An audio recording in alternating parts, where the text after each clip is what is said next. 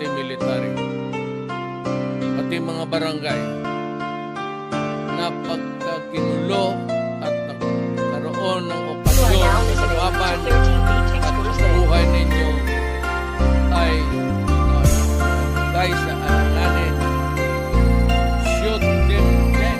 Isang mabuti at matipunot matapang na pangulo at handa na makipagbuno para sa kanyang grupo. Yung handa niyang saluhin problema ng buong bansa. Sa dami ng naiwan na problema ay hinarap niya. Hindi niya tinanggihan kahit anong bigat pa yan. Kahit mahirap ay patuloy niya tayong pinapasan. Hindi ininda ang bigat kahit mapagod at puyat. Lahat sasaluhin upang maging maayos ang lahat. Yung pinunong kayang magbuwis kahit anong mangyari. Sa dami ng nagawa, yun ding dami niyong sinabi. Di lang puro salita at di lang siya puro banta. Handa niyang aksyonan sa abot ng kanyang magagawa. Nakakalungkot lang bakit ang dami pang bumabatikos. Di daw na aksyon si tatay at hindi daw kumikilos. Kung alam nyo lang siguro pakiramdam niya ngayon. Lahat kanyang hinarap maging maayos lang kayo. Salamat po Tatay Digong sa lakas ng loob ninyo. Salamat dahil may isang pangulo na katulad nyo. Di sumuko na pagsilbihan ng bawat Pilipino. At yung tapang lakas ng loob ay walang sinisino. Di ka na mabubura sa isipan naming lahat. Dahil para sa amin ikaw yung pangulong tumatak. Kaya mahal naming pangulo,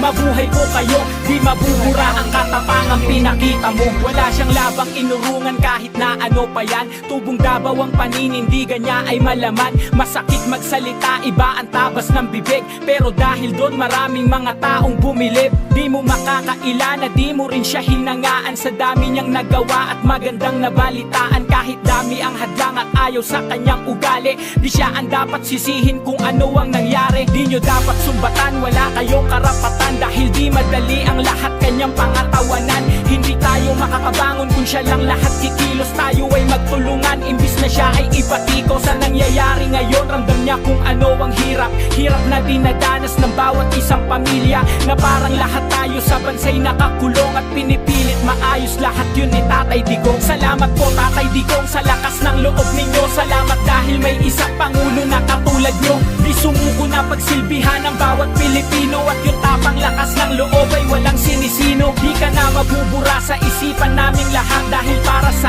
amin ikaw yung pangulong tumatak. Kaya mahal naming pangulo, mabuhay po kayo. Di mabubura ang katapangang pinakita mo. Sana naisip nyo man lang ngayon na sa kanyang edad problema ng bansa at sa trabaho lagi siyang babad. Di niya lahat sinukuan yon kahit siya'y masagad. At pinipilit niyan lahat ng sinabi niya'y matupad. Gusto niya na rin na matapos to kung anong nangyayari. Dahil alam niya na ang nahihirapan ay marami. Di lang kayo, pati siya ay gusto na ring sumuko. Pero di maaari dahil meron siyang pangako. Pangakong siya yung tatay na magtatanggol sa ating lahat. Tatanggapin kahit masaktan mo pa siya at maiyak. Di iindahin mga sakit ng salita niyo. Dahil yung tapang niya walang makakapagpabago.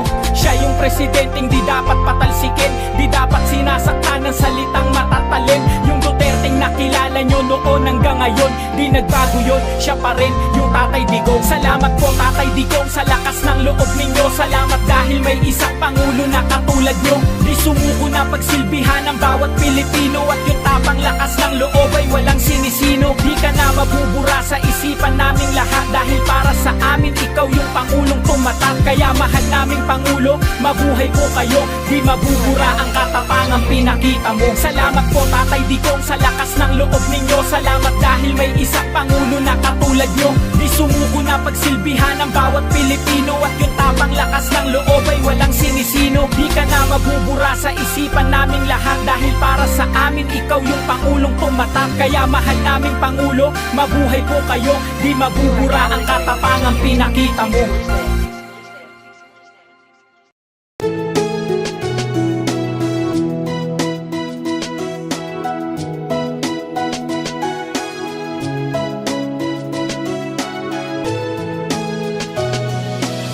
Wala daw nagawa, wala daw nangyayari. Marami ang umangal at mga nagsasabi wala daw pagbabago, wala daw nagbabago. Sino ang niloko nyo? Baka kayo naloko. Tignan nyo naman ating kapaligiran. Sino ba ang nagbalita ng walang kabuluhan? Maluwag na ang daanan, hindi na ganun ka-traffic. At sa LRT at MRT di na magpapanik. Di ka na aangal sa iyong mga daanan. Di na madumi, di na mabaho ang lansangan. Tapos sasabihin nyo na walang nagawa. Pagbabago dito sa Pinas, hindi yan himala. Kinilusan at inaksyonan ng ating Pangulo. Binigyan leksyon ng mga matitigas na ulo. Kaya kung sinong susunod sa kanyang yapak, gawing maayos ang lahat upang tuluyang umulan. Sino ba ang merong nagawa? Sino ang wala? Tignan mo ang pagbabago, lahat di yan himala. Totoo ang nakikita, tinupad niya ang pangako. Yung mga proyektong laki na ng pagbabago. Kaya pasasalamatan lagi mong banggitin. Kung walang katulad niya, walang gantong tatanawin. Ginawang maayos ang lahat para sa ating bayan, upang maging maayos sa ating bayang sinilangan.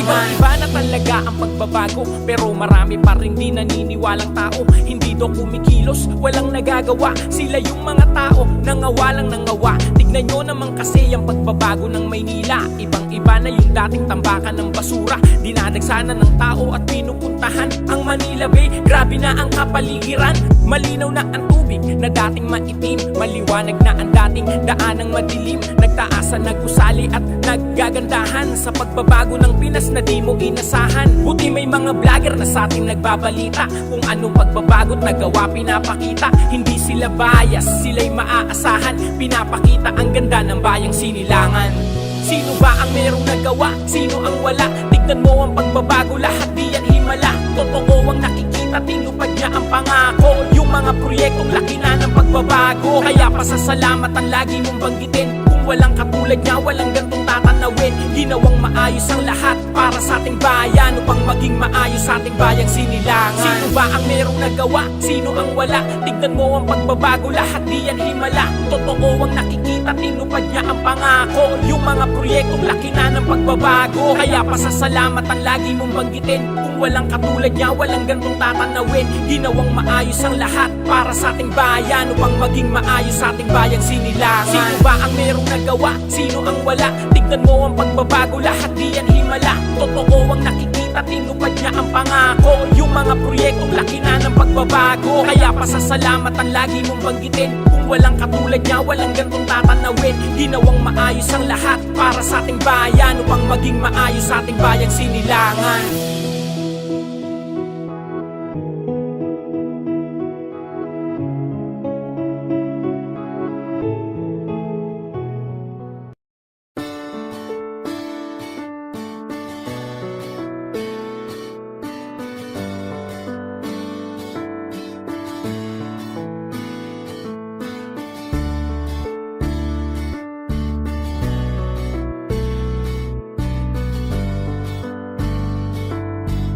This beats exclusive. Salamat sa mga binuhos mo at mga tinaya. Salamat at naging maayos sa iyong mga ginawa. Kung wala ka ay walang ganto na kapaligiran. Mas maayos at malinaw na aming natatanaw. At ikaw ang nagpabago, lahat ay iyong binago. Kala nilang posible, pinatunayan mo sa tao. Di ka malilimutan, nakatatak ka na sa isipan sa iyong mga tunay na ginawa. Salamat sa mga binuhos mo at mga tinaya. Salamat at naging maayos sa iyong mga ginawa. Kung wala ka ay walang ganto na kapaligiran. Mas maayos at malinaw na aming natatanaw. At ikaw ang nagpabago, lahat ay iyong binago. Kala nilang posible, pinatunayan mo sa tao. Di ka malilimutan, nakatatak ka na sa isipan sa iyong mga tunay na ginawa. Marami kang nagawa na di nila kayang gawin. At maraming tao na di ka gusto na alisin. Dahil ikaw ay iba sa lahat ng nakilala. Ikaw ang nagpabago, ginawa mong masagana. Ginawa mong mas maayos at naging maaliwalas. Lugar na kala ng iba wala na raw pag-asa, pero naayos mo at lalong napaganda. At mga kalsada ay mas lalo nang lumuwag pa. Di ka sumuko at patuloy mo kaming nilaban. Kahit sa iyong edad patuloy mo lahat kinaya. Ikaw ang aming tatay na di mabubura, na merong napatunayan at maraming nagawa. Kahit na mas maraming nagsabing di magbabago, pero pinatunayan mo lahat sa mga tao na may isang pangulo na merong magagawa. Kaya salamat sa 6 na taong pagtsatsaga. Salamat sa mga binuhos mo at mga tinaya. Salamat at naging maayos sa iyong mga ginawa. Kung wala ka ay walang walang ganto na kapaligiran. Mas maayos at malinaw na aming natatanaw. At ikaw ang nagpabago, lahat ay iyong binago. Kala nilang posible, pinatunayan mo sa tao. Di ka malilimutan, nakatatak ka na sa isipan, sa iyong mga tunay na ginawa. Salamat sa mga binuhos mo at mga tinaya. Salamat at naging maayos sa iyong mga ginawa. Kung wala ka ay walang ganto na kapaligiran. Mas maayos at malinaw na aming natatanaw. At ikaw ang nagpabago, lahat ay iyong binago. Kala nilang posible, pinatunayan mo sa tao. Di ka malilimutan, nakatatak ka na sa isipan, sa iyong mga tunay na ginawa. Sino ba sila?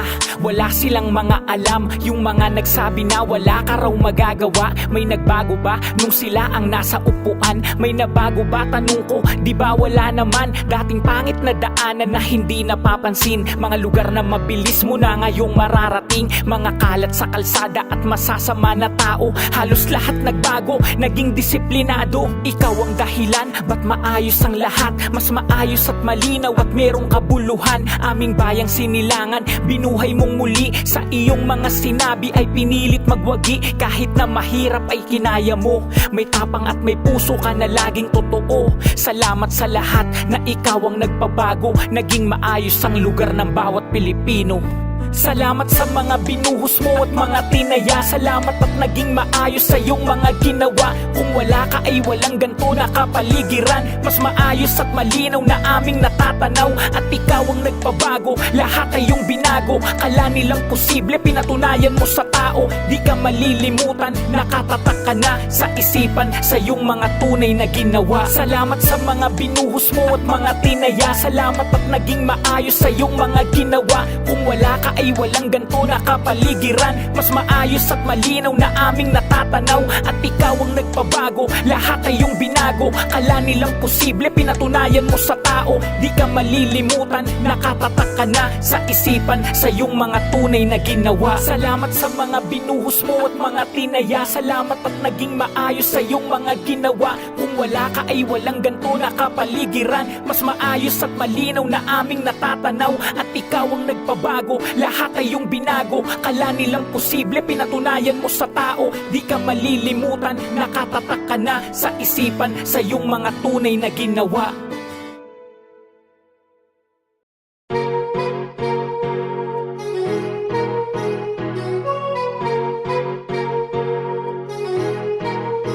Sama-sama at tulong-tulong tayo.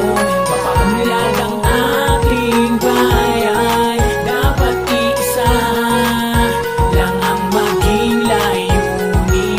Isang bisig ang adhikain para sa bayan.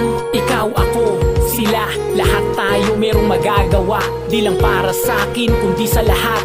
Magagawa to kung magtutulungan. Nakikita mo ba? Ang ating bayan mas gaganda kung di pababayaan. Walang susuko, lahat kikilos upang lahat ay maging maayos. Ang ating bayan ay pagyamanin, kalikasan wag abusuhin. Lahat ng to ay para sa atin, sa pagbabago na gusto natin. Kaya lahat tayo ay magtulungan para sa ating bayan at kapaligiran. Iisang layunin ng Pilipino, gagawin ko lahat para sa bayan ko. Sama-sama at tulong-tulong tayo. Mapaunlad ang ating bayan. Dapat iisa lang ang maging layunin. Isang bisig ang adhikain para sa sama-sama at tulong-tulong tayo. Mapaunlad ang ating bayan. Dapat iisa lang ang maging layunin. Isang bisig ang adhikain para sa bayan. Bakit ka pa mangingibang bayan kung pasyalan lang ang pag-uusapan? Di papahuli sa ganda ng bayan, ng ating bayan na sinilangan. Mga dayuhan na lagi nandito sa ating lugar na malaparaiso. Simula sa bata hanggang matanda, maiintindihan ka kahit sino ka man. Laging pangalagaan at magkaisa. Ito ang ating bayan na ibang-iba. Mas gaganda, mas lalong aayos. Sa tayong lahat ay makakaraos. Kaya lahat tayo ay magtulungan para sa ating bayan at kapaligiran, iisang layunin ng Pilipino. Gagawin ko lahat para sa bayan ko. Sama-sama at tulong-tulong tayo, mapaunlad ang ating bayan. Dapat iisa lang ang maging layunin, isang bisig ang adhikain para sa sama-sama at tulong-tulong tayo, mapaunlad ang ating bayan. Dapat iisa lang ang maging layunin, isang bisig ang adhikain para sa bayan.